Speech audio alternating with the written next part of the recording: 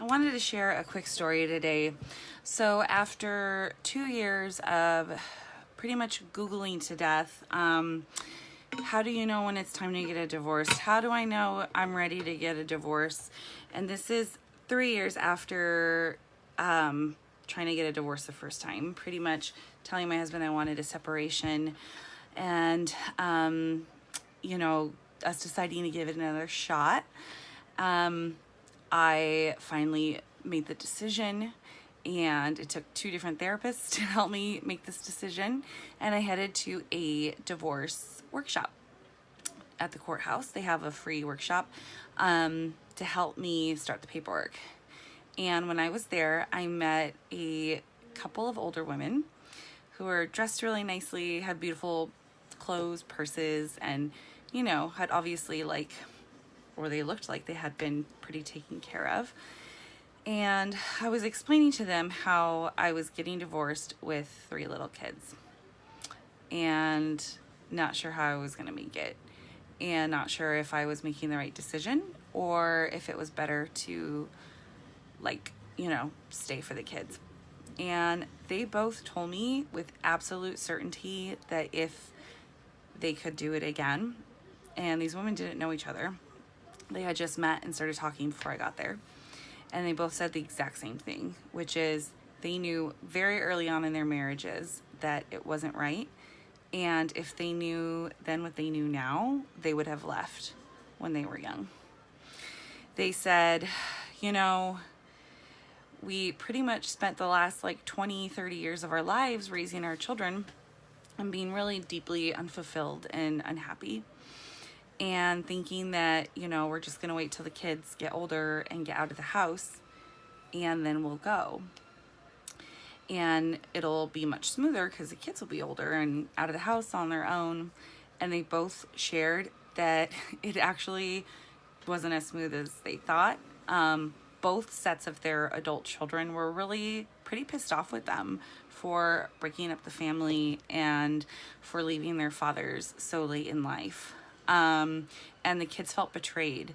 There's also, 40 years of friendships that these women lost. Both of them said that there were some friends of theirs, other couple friends of the family, that had sided with the husbands because the women were deciding to leave. And their men weren't terrible husbands. They had provided them homes and weren't necessarily abusive, but there was emotional neglect and some emotional abuse in these cases, just like with my relationship. And they did not feel like they were in love with their partners for many, many years. So after hearing both their experiences, if I already had my mind made up, maybe 99%, but I felt okay, that was universe giving me the go ahead to make this decision. And that was just the decision I made. Leaving is not the right decision for anybody. I learned a long time ago that I never tell women to leave unless I'm ready to put them and their kids up in my own home and pay their bills myself, which I can't do.